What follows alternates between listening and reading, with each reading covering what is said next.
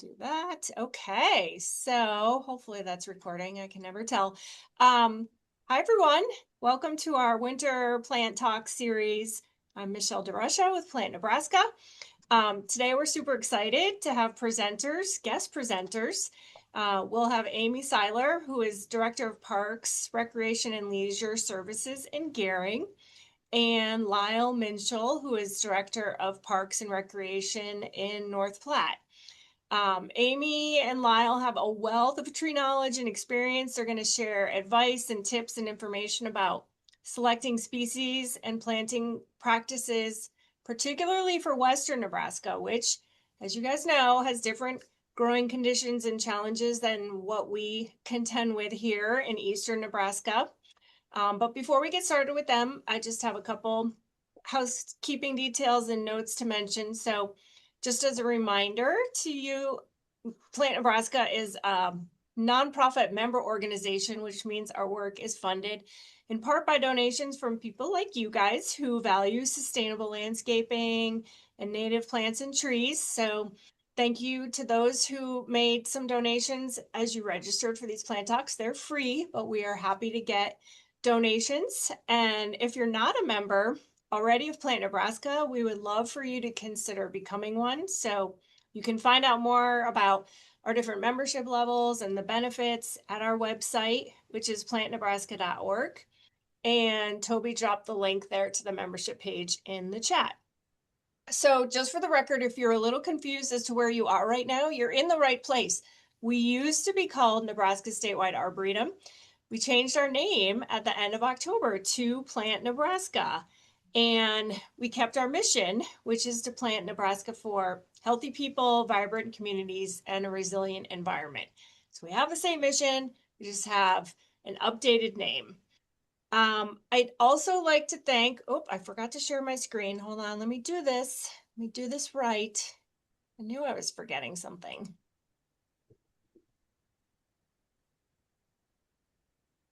Okay. Do I have the right screen share on here? I think I do. I'm thanking our sponsor, JEO Consulting, for sponsoring this year's Winter Plant Talk series. We deeply appreciate their support. And I want to remind you guys that we don't have a plant talk next week. We will resume our series on Thursday, February 5th, with Sarah Buckley, who will be talking about how to advocate for tree planting in your community. So that is an important topic. Just as a reminder, we do record all of these plant talks. I will send out the link to the recording later on today. So even if you can't make one of the plant talks in person, you can register and then watch it later. And you can find out more about all of our upcoming plant talks at plantnebraska.org. And I think Toby will drop that link also in the chat. And one last reminder to keep your microphone on mute. If you have questions for Amy and Lyle, you can drop them into the chat anytime, and we will get to them as we're going along and as we get toward the end. So I am going to stop sharing my screen, and I will hand it over to Lyle. He is first up, and he'll be presenting first. So thanks, everyone. Go ahead, Lyle.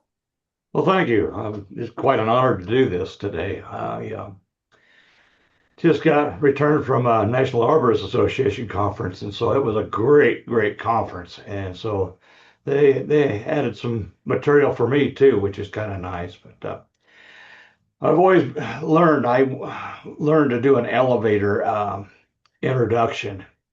And my elevator introduction is that I'm the Park and Rec Director. So I oversee the rec center, ball fields, parks, senior center, and cemetery.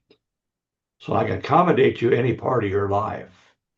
So that hopefully will help, and we'll start sharing my screen here.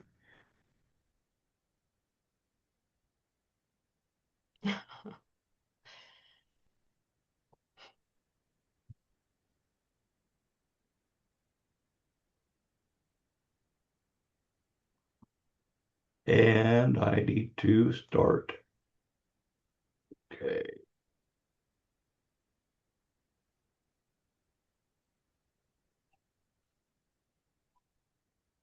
Am I up and at 'em?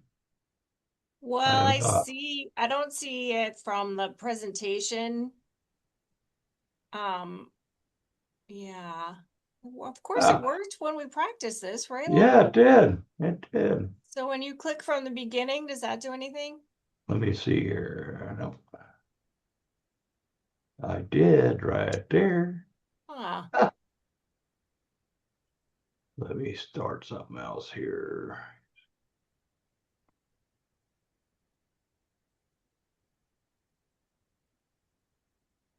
Toby, what did you have Amy do again? Well, hers wasn't in presenter view. Oh, Um, I mean, in theory, you should just be able to play from beginning. I know. Yeah, yeah, that's right. Lyle, do you have more than one screen? Yes. Is it showing up on a different screen than what you have shared? Oh, maybe that's it. Yeah, it is. So maybe just try sharing that screen. You should be able to click in the top. There should be like a stop share, and you can restart the share with the right Let's screen. do that then. All right. Yay. Good old technology, huh? I know. No worries. Oh, let's go over here.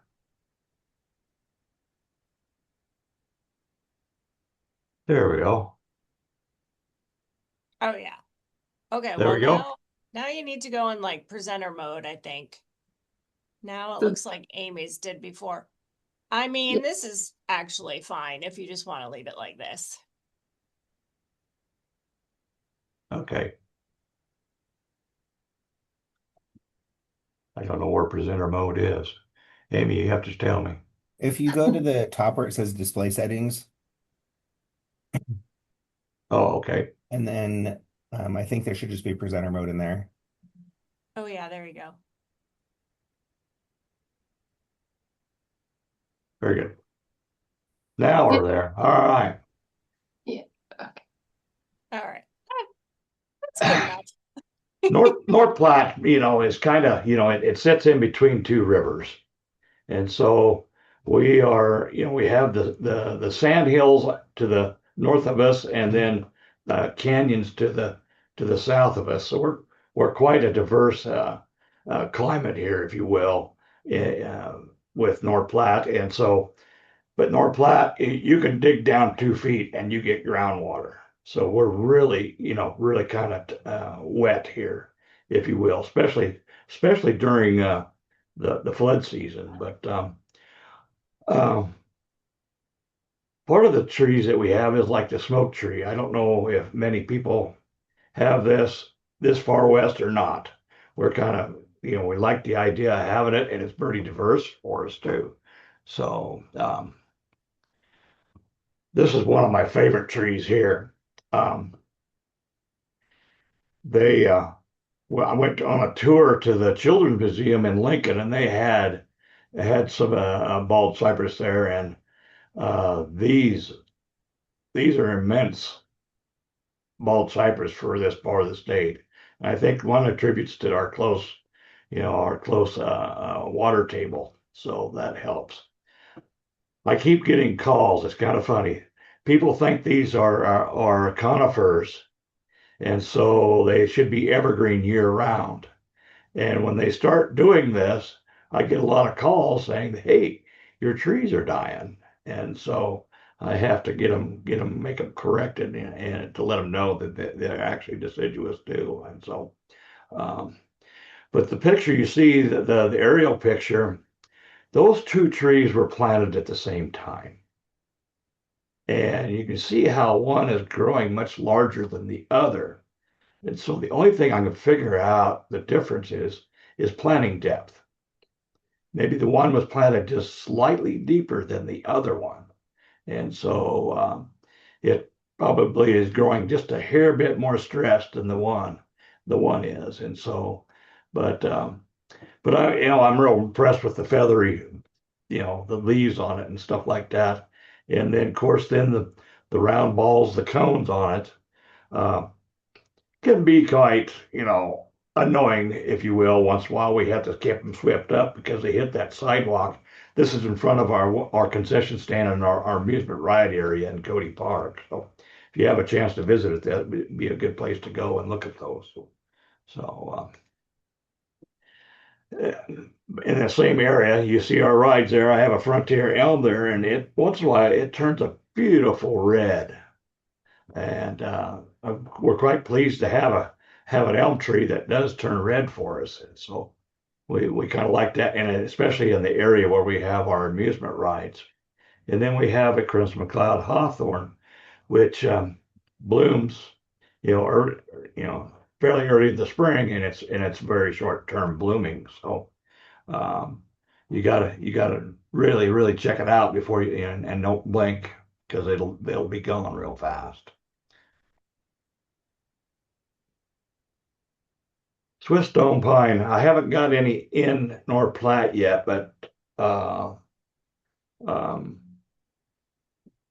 this is out of Sydney, and I thought I was real impressed on this variation of pine trees. I'd like to try to get some out this way and see if these will work for us because these look really like they were really doing a good job, and we'll have to give them the credit there in Sydney, and so. We'd like to try those too. Um, let's see. Trying to think what his name was. Guy out of go to Galen. Well, Galen Galen, Shaw? yeah, Galen, yeah, thank you, has that. But there's a guy out of North Dakota that passes through once in a while, and he noticed this pinyon pine, and it's the only one I know of that's in North Platte. And he swore up and down that it would be a state champion pinyon pine. So we'll have to have it measured out, get Justin out here and get it measured out. But it's quite a unique tree. They say that pinyon pines are very finicky on how they're watered. If you change their watering on them, they don't survive. And so you got to have a very consistent watering with these pinyon pines. I think Toby was talking about a magnolia was starting to bloom already, and so, but we're pleased to find a couple of them in North Platte. You don't just find these in North Platte. And matter of fact, the chairman of our tree board now just purchased a spring welcome magnolia, and I believe it's probably more habitat is more of the northern states like Northern Dakota, and I think they're the ones that adapted it, the magnolia. So I'm tickled to see this because my wife, this is one of her favorite trees, and so we hope to see more of these around as far as an ornamental. Our red oaks are we have pH. A lot of them I found is our pH is around 8, and some of the local nursery in here told me he's found some areas that had as high as 10. So we have an extremely high pH around here. So sometimes it's difficult to get the red oak family to go. But the Shumard oak, we've found one that's doing very well. And matter of fact, it was one of our tree of the seasons through our tree board. And then the red oak, I have one in my front yard, and I still got to I got to apply ferrous sulfate to it about every other year. Otherwise, it gets very chlorotic on me. And so, if you know how to take care of them, with iron treatment, they'll do okay here. Tatarian maple. We had some emmer maples, but they didn't last very long. So we're pretty happy to see some Tatarian maples survive around here. And so we hope that they'll stick around. They'll make a nice ornamental tree for front yards and some commercial applications too. So sycamore, Amy, do you have sycamores? Only one One in Scotts sycamore, Bluff. huh? Yep. I just wondering how far west they go with sycamores, but we have several around town. and some are doing very well. And we're glad to see the old white bark because we do a tree of the season. When we do a tree of the season, we try to stay away from just evergreens all the time, for the winter trees. And this is one of the trees that we use for our tree of the season because of the bark and the texture in it. So we really love our sycamores out here. Hey, Lyle, I take that back. This is ridiculous. I actually have one in my yard. I forgot. It is Oh, from the Nebraska Statewide Arboretum, one of their, or actually now Plant Nebraska, and it was a trial. Mine seems to die back. It just doesn't harden off soon enough, but I do think maybe if we get some other seed sources out here, that might be a really good one for people to consider. yes, I got one of those too that I've got out on a farm area, farm setting too, and it was one of them that survived, and I was pleasantly surprised that it survived. So, that northern seed source is probably, what helps on that. And so, but we also have ginkgos too, and um, well, unfortunately, we had a gentleman here that worked out here at the extension that was one of his favorite trees, and he had some ginkgos, and they were some of the fairly large ones. And other ones I found around here are not very very large yet because I know they're a very slow glowing tree, but they're very hardy too. So we're pleased to have a ginkgo out this way. Chickapin oak. Good old Justin and Brad Kindler gave us a dwarf chickapin at our last Arbor Day celebration, so we got it going. But we've had these, you know, going for quite a while now. We're pleased to see that, and as well as Ohio Buckeyes. We've got several large ones around here, and they seem to be doing all right around here. We're really happy with those. Couple of newer trees that we're going to try. I've found some firs around, not very many firs in North Platte, but we're gonna Chrissy Land from out of Scotts Bluff talked me into planting three of them. So we're gonna try a concolor firs out here as an alternative to the blue spruce, and so um, we're looking forward to see how these do out here too, as well as American hornbeam. We're gonna try a couple of those too. You see, these are new ones that I've got planted in our park nursery, and hopefully they'll take off and but we got to watch out for the deer. Boy, you can see the habitat around there that it's real conducive to deer, and so and then across behind this screen here is a golf course. And of course, they love that area too, and so we're going to try these. We also got a Emerald City tulip tree, and I've known one to the tree about 20 miles west of here. And it's gone now, but it was doing very well for the longest time.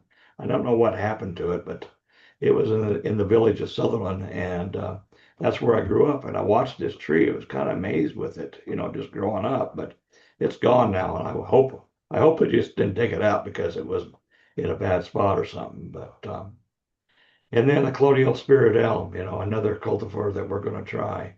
Um, as you well know, we've been several Siberian elms in here. That's one of our mainstay elms, but we're trying to diversify with different types of elms. We had a lacebark elm in Cody Park. However, we had a really late freeze, and then after it was already out of dormancy, and it froze, and it just blew the bark right off the trees. And we had several trees around here in North Platte that happened to, but unfortunately, it did that. It did our lace bark, and so we'll have to try to get another one again and try and see what it'll do for us. Maybe it'll acclimate a little bit better for us. Hey, Lyle, I wanted to jump in really fast regarding your Sure. concolor fir and make sure that everybody is aware. It really is a tree that we should be using more out in the west. And there are a few cemeteries up north, North Nebraska, Gordon and Rushville, and even in Crawford, Nebraska. And they have numerous concolor fir in their cemeteries, and they're a fir that actually will tolerate some dry soil conditions.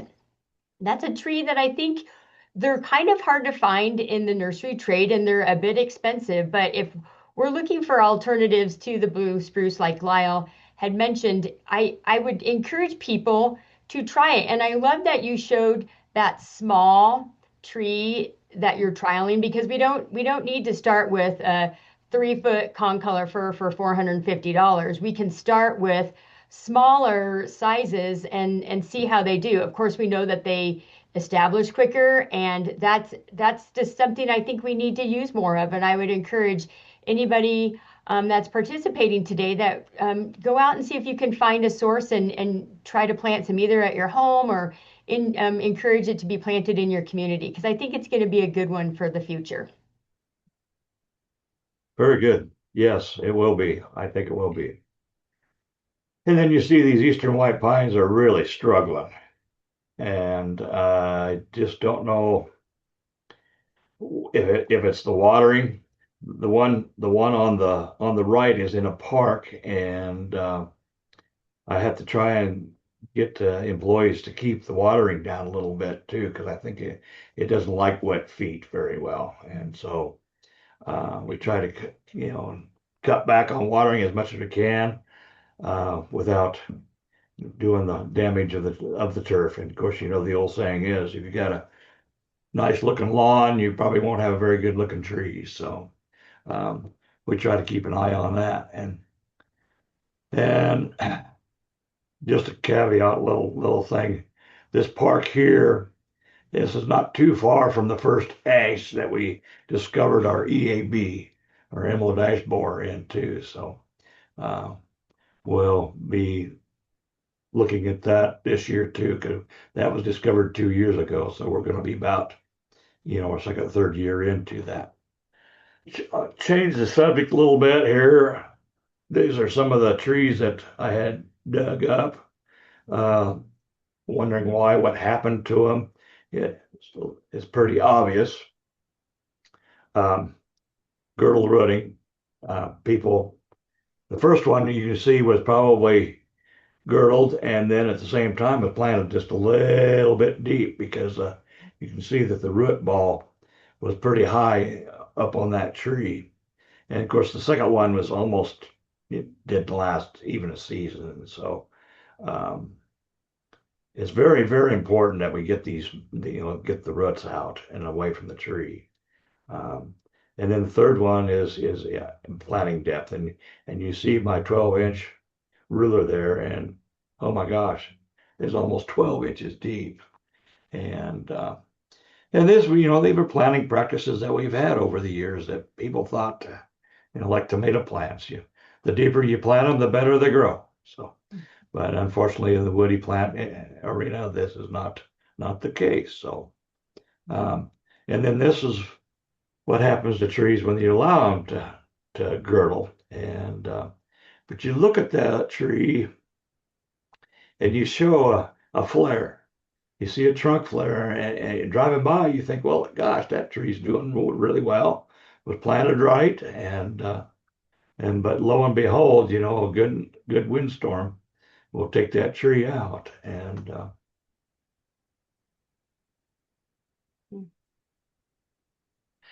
this is in a cemetery. I talked about the cemetery the other day, and you could kind of see where that pipe is in the center of the picture, and the water standing.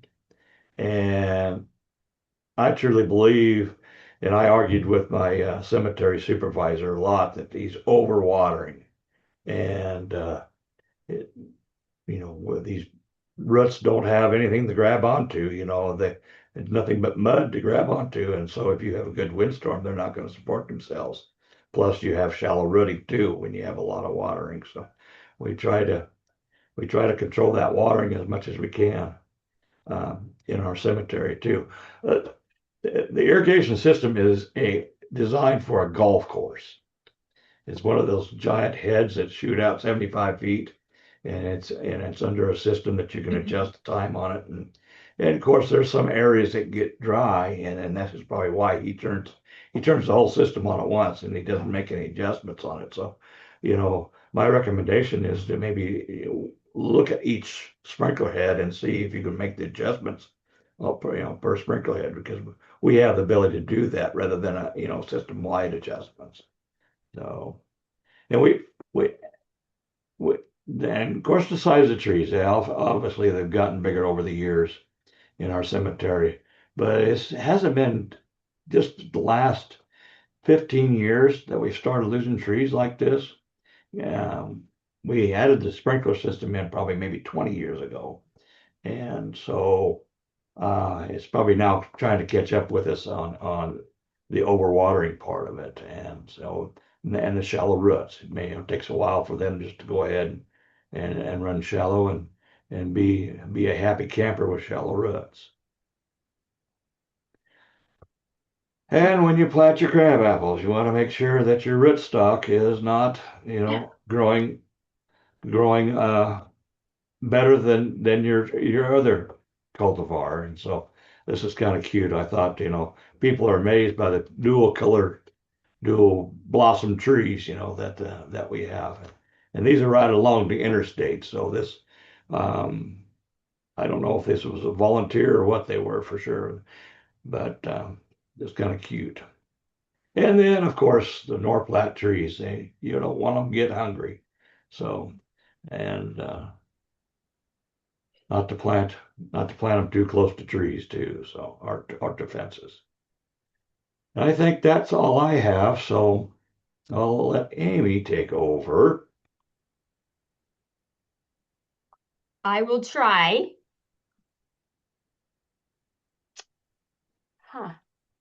Here we go again.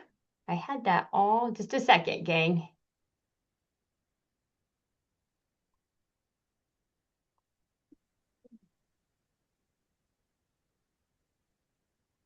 Gosh, we rehearsed all of this and now we're struggling massively. Isn't that crazy? No, it never fails every time. Yeah. Okay, so how did I do that? So Okay, there it is. Do we see it? No, nope. So you click share, the button at the bottom, right? Oh yeah, I did. I did already. Oh, right there. Okay. Oh, okay. I think it's You working don't want now. my email? Oh, I see your email. You got Wow, a draft that's started. awesome. I haven't seen those emails for days. Okay, get out of there.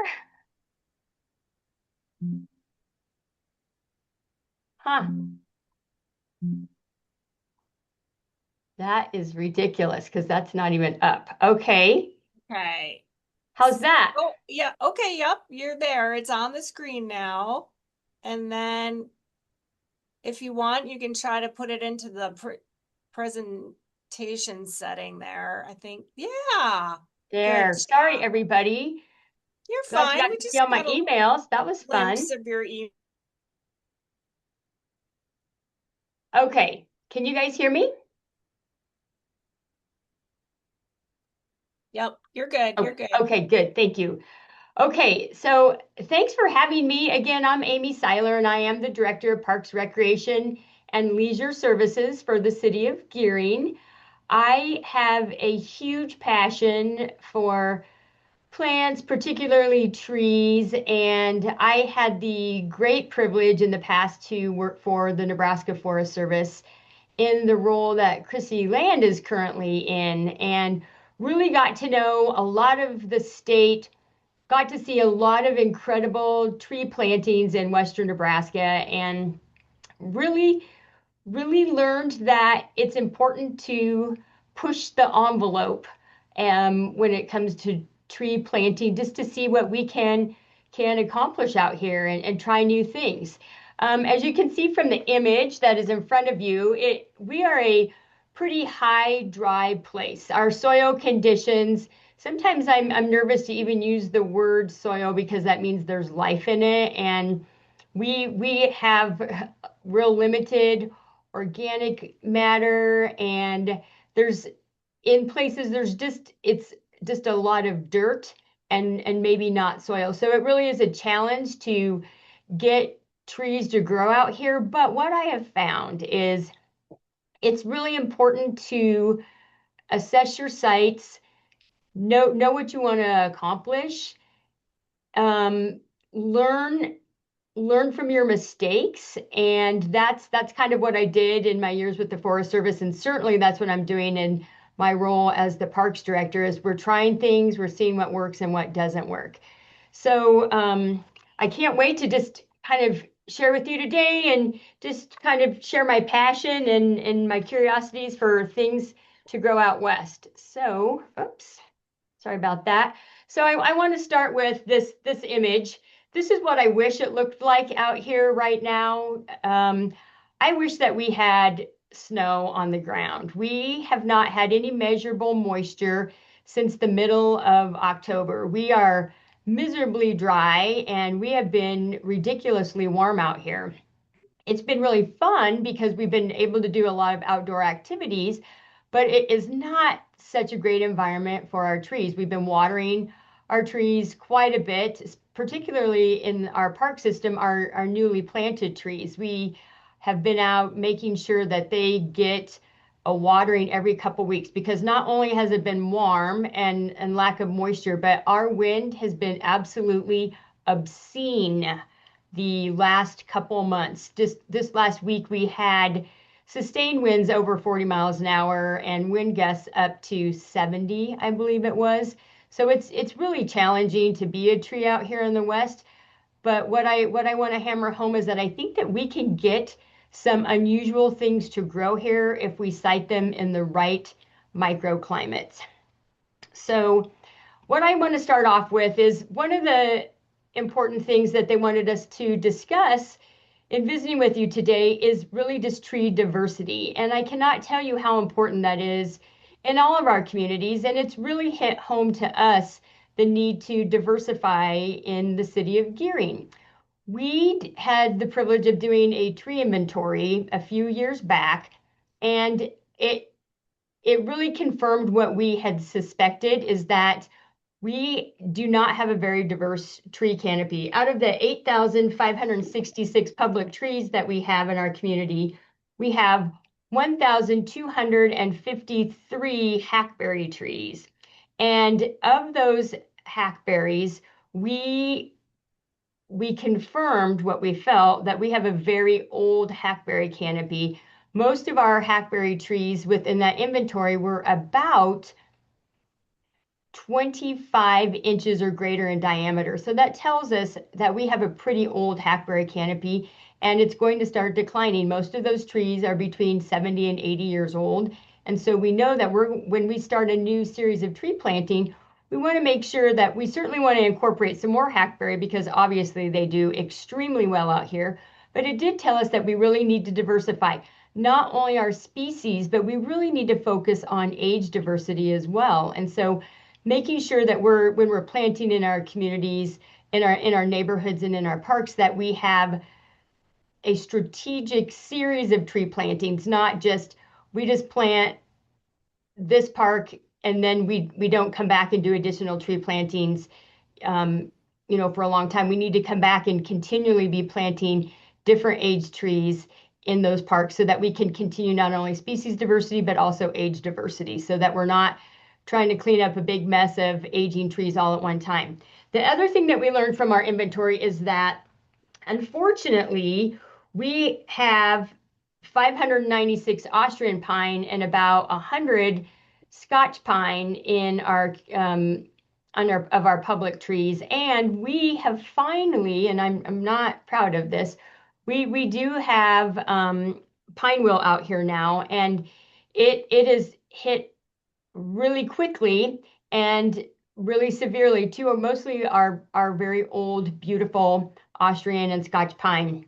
And so one of the things that I thought I would get us started with is that's one of our focuses, is that we will need to be replacing a lot of those Austrian and Scotch pine with other different tree species. And really out here, we need a lot of conifers for windbreak, for we have a very long winter season, and just so for our landscape interest, those conifers add so much. And so we want to make sure that we are replacing those trees with other evergreens. And so I just wanted to share some things that we're really kind of trying to experiment with a little bit more out here. I will be the first to tell you that I know that some of these are also not North American native species, and they may be affected by pinewheel in the future, but we're not sure, and so we're going to try some of them until we start to see some decline. So I have some small conifers I thought we would start off with.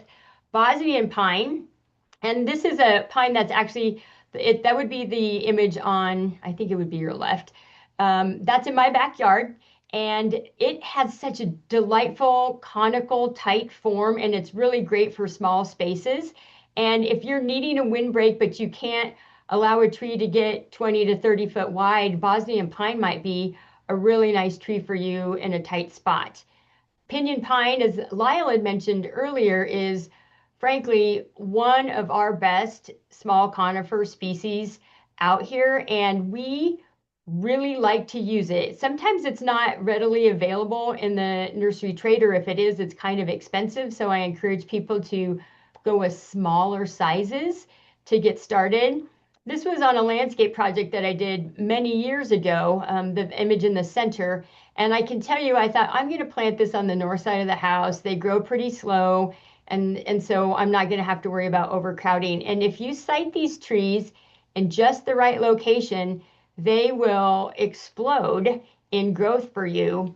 And this one in particular, oddly, was kind of close to some additional water. You'll notice there's a downspout there. It didn't get oversaturated, but these 3 pinyon pine that I had planted in that landscape absolutely loved this site. I do want to reiterate what Lyle said earlier.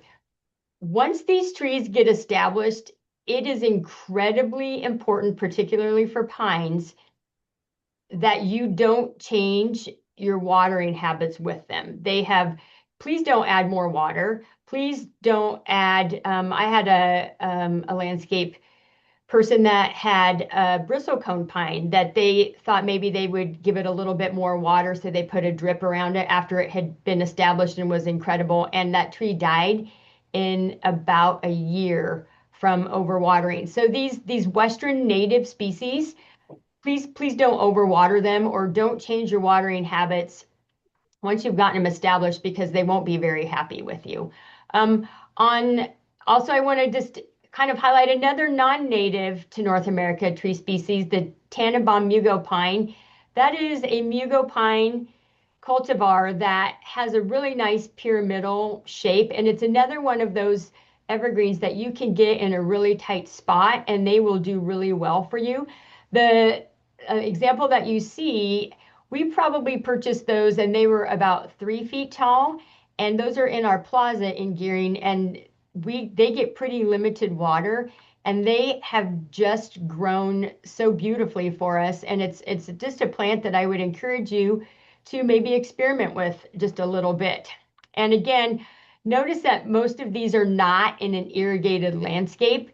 They get far less water. They get a deep watering, but an infrequent watering. And I believe that that's probably why they have been so successful in those landscapes.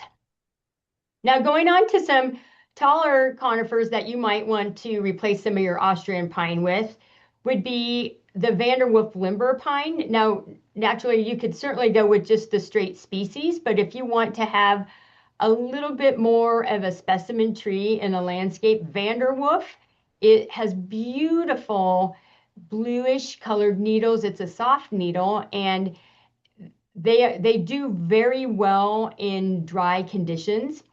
Notice in this landscape, again, it is not in an irrigated turf. And I believe out here, particularly where we have to water more frequently with our underground irrigation systems, they don't thrive if they get that continuous irrigation every 2 to 3 days. They'd like to have that water saturation move out of the soil a little bit, and so they do prefer a little bit drier environment.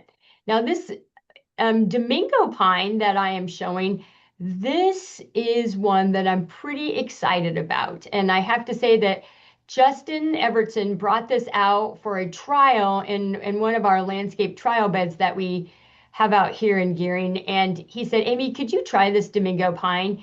And I'll tell you what, it has been so fun watching this tree grow. It's growing pretty slowly because it gets virtually no supplemental water. You can see that it's actually in a gravel mulched landscape bed, and it has done really well to the point where it's starting to produce cones. You can see an image of a cone. They're really a quite attractive cone. They do have quite a bit of sap on them, which I think is kind of fun.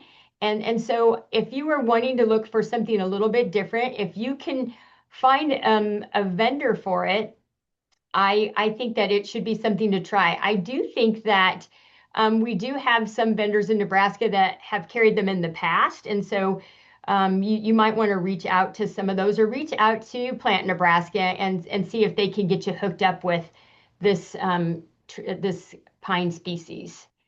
Okay, now I'm sure that many of you have seen these two different trees a couple different times, but I just want to compare them together.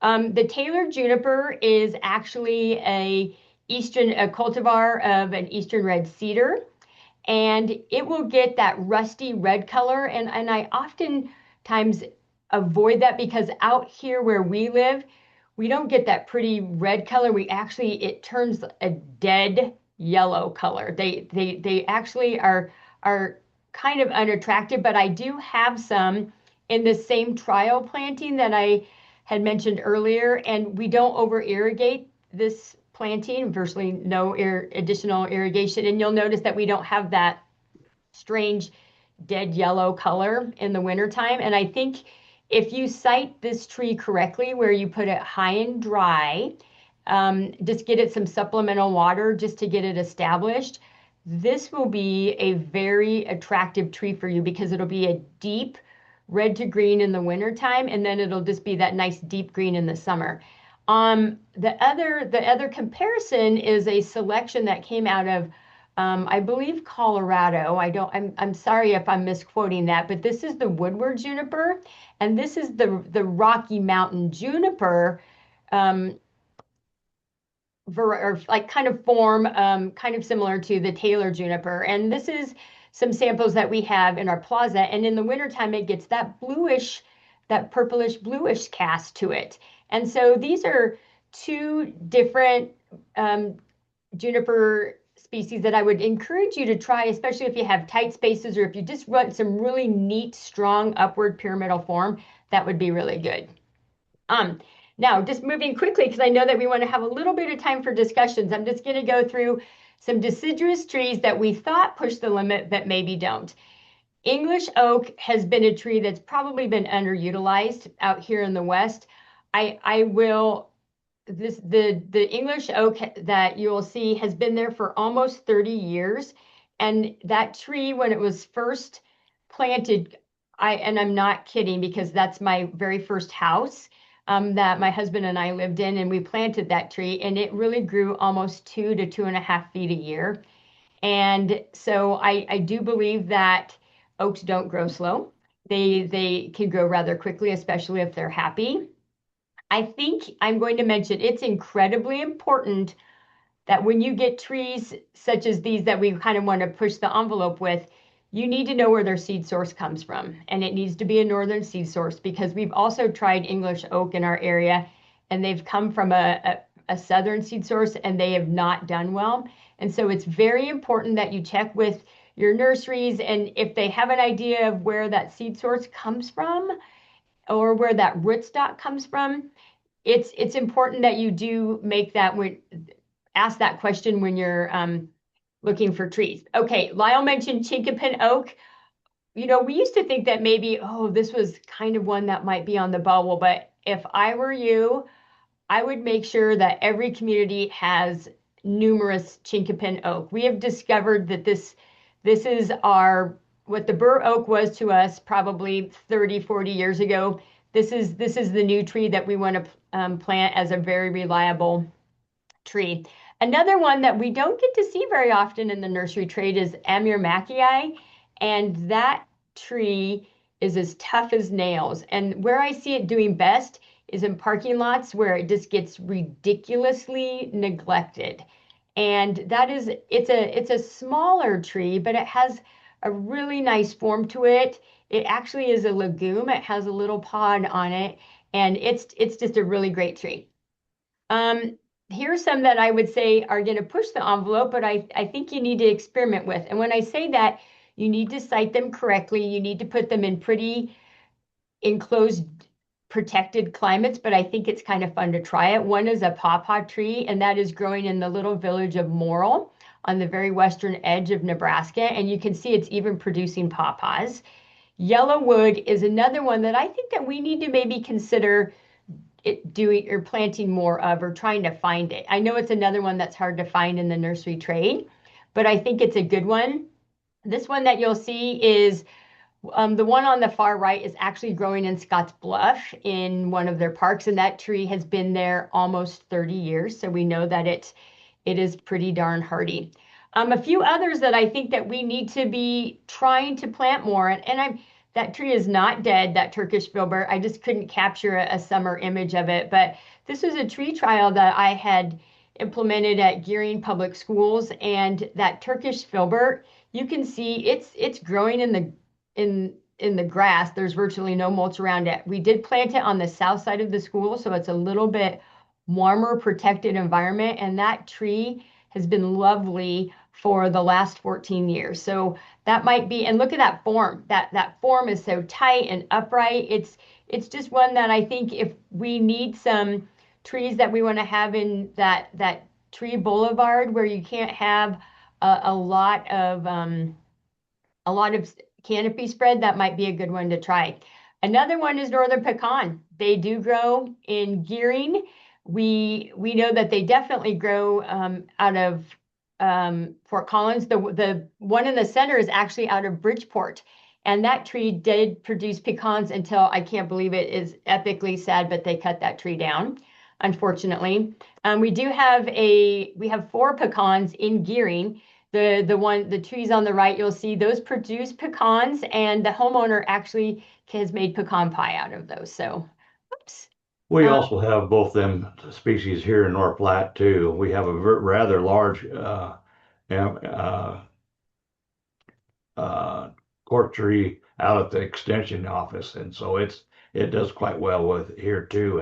And our pecans, we have some large ones here too. Don't have very many of them, but we do have them.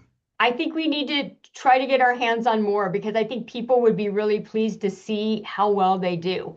Lyle, we also have a cork tree. I'm sorry that doesn't have any foliage on it, but I just wanted to show you that when you site things, you kind of put them in a protected environment, they will do okay. I also have another one in my experimental island that I've talked about before. It gets no supplemental water, and it's certainly not as big as this one, but it has survived for about 13 years, and it's kind of fun to see how it evolves over time. Here's a couple others that we're trying to push the limit. These are smaller, but I would be silly if I didn't mention them. You know, everybody wants sugar maples, and our Gering soil is heavy, it's high pH, it's not very friendly, but we're trying this fall Fiesta sugar maple, and it hasn't turned yellow yet. And the reason I included this image is because I think it's important when you're planting these trees that you want to think about, how did these trees grow up in their natural environment? And you can look at trees like oaks, and they are kind of maybe not necessarily a pioneer species, but they're one of the earlier trees that will come into a forest after that forest has been cleared. Obviously, aspens would be an example of a great pioneer tree species, lodgepole pine, those types of things. But then you think about what is late succession trees, and your maples and your buckeyes and some of those understory trees. They want to grow up in an environment that's a little bit more shaded. Maybe those roots are a little bit cooled. And so I'm trying to replicate that with our fall fiesta. We have our Legion Park in Gering has incredible tree canopy, and we've placed this fall fiesta in there just to see if we can get it to take off we're trying to mimic a soil environment or a growing environment that maybe that tree would have been adapted or been more prone to do well in. So it's a trial for us. It's lived a couple years for us. It looks decent. And so we'll just continue to report back on how it does. Tulip tree, as Lyle had mentioned, we have planted a couple in Gering. We are getting our source from Fort Collins wholesale. Because they've done a lot of collecting of seed and such, and so we know that that's a high dry place with similar pH in their soil. So we're trying to get those seed sources and plants from locations in which we know that they've done well. So this is a tulip tree that we're trying, and we did have one that died. This one has survived. It's in that Legion Park 2, and we're trying to mimic that forest environment where it may want to grow up. If you guys will notice, we have huge tree rings on that. And then the other one that we're super excited about is the mountain sweet gum, and that came off a seed source in Fort Collins. And so we'll be reporting back to you on how that tree has done. So really fast, because I know that our time is running short, is that I want to reiterate to everyone that your site selection and your planting practices are the first thing that sets you up for success or failure. And so what we do in the city of Gering this is a big investment of time and money and it's our citizens' investment. And so we want to make sure that we're not wasting money when we're planting trees. And so you'll see that we cut a 6-foot circle. We take that turf out so there is no competition for that tree the first several years. And so you'll see 8-foot circles. Then what we like to do is if it's in a container, we nearly bare root the tree. We remove a lot of the soil. We make sure that we don't have any circling roots. And then we like to plant our trees, particularly in Gering, because our soil is so heavy. We actually plant our trees fairly high. And I like to tell my staff, I would rather if we're going to make a mistake, I'd rather you plant our tree too high than too low. And you can always plant it high and then feather some soil away from that first lateral root. But we like to make the mistake of planting too high than too low. And we've had some really good success because there's that good oxygen exchange on those young roots. The other thing that we have to do here, and it's for a couple reasons, is that we do stake pretty intensely. You'll notice that we have 3 stakes. The wire is extremely loose on those. Those stakes are mostly to protect our trees from the lawnmowers, and also like I mentioned earlier, we have ridiculous wind, and we've found that really helps. And it really helps with deer. For some reason, they like to stay away from those trees while they're staked. So, and then you'll notice that we put a nice thick layer of mulch around our trees. Not too thick. It's about 3 to 4 inches deep. And we are really kind of getting into pine straw mulch out here too. That's a chipped mulch, but we're using a lot of pine straw.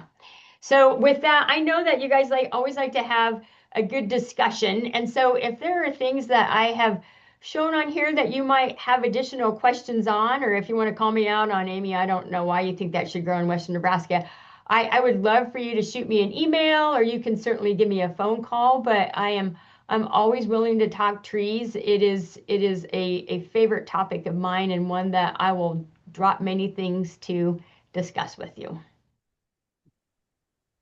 Thank you so much, Amy and Lyle. That was super interesting. Just different trees, a couple I'd never even heard of. So that was really interesting. We have a couple observations and comments and a few questions. So I will zip through those. Let me Am I see. still sharing my screen, Michelle? Yeah, you just have to hold go on, up you guys. top. Just go up top and do Good grief. stop share. You know what? It shrunk my entire screen. That's so funny. Okay, there. That's how that Well, works. I love that house. Thanks, Yeah. everybody. Perfect. Okay, so let me just look here. Austin is questioning whether you've seen any difference in prairie gold versus Rocky Mountain aspen sources in Western Nebraska, and also, do you see paper birch being viable in Western Nebraska? So thoughts about that?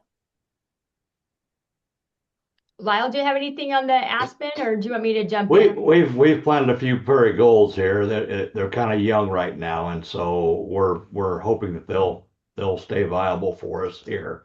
Um, and then as far as the paper birch, we do have some paper birch that we've had around for a while. Paper birch and river birch. They've been doing okay here. So our experience with the prairie gold aspen is it's not done as well as I had hoped. And we continue to try it. We're trying to just put it in different little microclimates and soil conditions just to see if we could have some success with it. Our aspen that come from Colorado seem to do a little bit better. And I can't tell you, I don't know if you guys are aware, but in Gering, we're about 4,000 feet. So our elevation is, considerably more than what you have in Omaha, which could be what 600 to 1,000 feet. I'm not even sure, but so that might be a factor in it. But and then regarding the paper birch in Gearing, epic fail. Absolutely, we just do not have any. But I will tell you, in Scotts Bluff, the birch seem to do a little bit better, and that is because their water table is higher. That would be my assumption.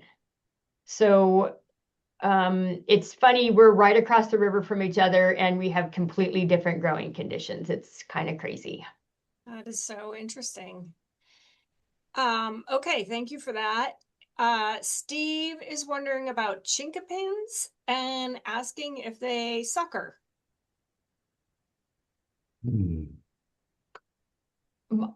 Uh, We have no suckering of chinkapin. I will tell you that Gamble oak painfully suckers, but not chinkapin that I've experienced. Lyle, how about you? I have, well, our chicken pins are kind of young here, but I haven't noticed anything there either. So we're we can use ones that don't sucker, that's for sure. Yeah. Okay, that's good information. A couple of comments. Lori Zitterkoff was mentioning that her English oak, it was planted in 2012. It's about 3 feet tall, but it must be a southern seed source. It dies down almost all the way each winter. Oh, that breaks my heart, Lori. So Oh. sad. Uh, We have plenty of Yeah. acorns that they can come collect off of, so come on over. Todd Fowler has observed that grow bag grown oaks often perform better than container grown, and he's also repeating what you mentioned, Amy. Don't plant too deep. Actually, going more shallow is better, which before I started working at Plant Nebraska, I never knew that. So I'm sure I'm guilty of planting a tree too deeply in my past. I would trust Todd and his great suggestion. Yeah, for sure. amen.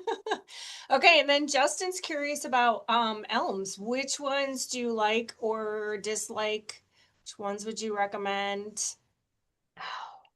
Lyle, can I jump in really fast? Because I Yes, you love this can. question. So I am loving the Triumph Elm. We are very happy with it. The form is great. The color is good. We don't have a lot of pest issues with it. We've also had some good success with Accolade. The Here, Prairie here. Expedition has done well. You have to prune them. You cannot let them get ahead of you, or you will be punished for years trying to get it pruned to have good structure. But those are, and then Princeton. I mean, we've done okay with Princeton. Frontier Elm has been horrible for us, unfortunately.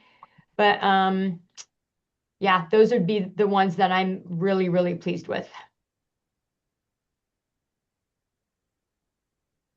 Do you have any to add to that, Lyle? No, not really. She done well there. Yeah, she covered it. She covered her Yes. Sorry, base. Lyle. No, I'm tickled. Um, there's just one other comment that I missed earlier, and that was Todd Fowler again, recommending Concolor for Mhm. highly recommending. So another vote for that. So that's pretty much all of our questions. But I that see brings that us right. Jerry Harden had a couple of sycamores up there in Garden too. That's way Ooh. north and west of us here. So Okay, yeah. Sorry, I missed that one. that's right. That's Yeah, fine. Thanks for catching that. Always interested in see what they can grow up way up there. Yeah, They for have sure. Douglas fir up there too. And I'm telling you, and they are special. If you can get Doug fir to grow, that is a beautiful plant. Up there in Gordon, they have it. All right. Well, unless you guys have any other comments, we will end on that note. And just want to thank again Amy and Lyle for their expertise, willingness to share it over the lunch hour here. We really appreciate your knowledge and especially your enthusiasm for trees. We love that. So a reminder to everyone else, we are not doing a plant talk next Thursday. We're all in a big long 2-day meeting. Yay, lucky us. So we have to skip next Thursday. But we'll be back on February 5th with Sarah Buckley.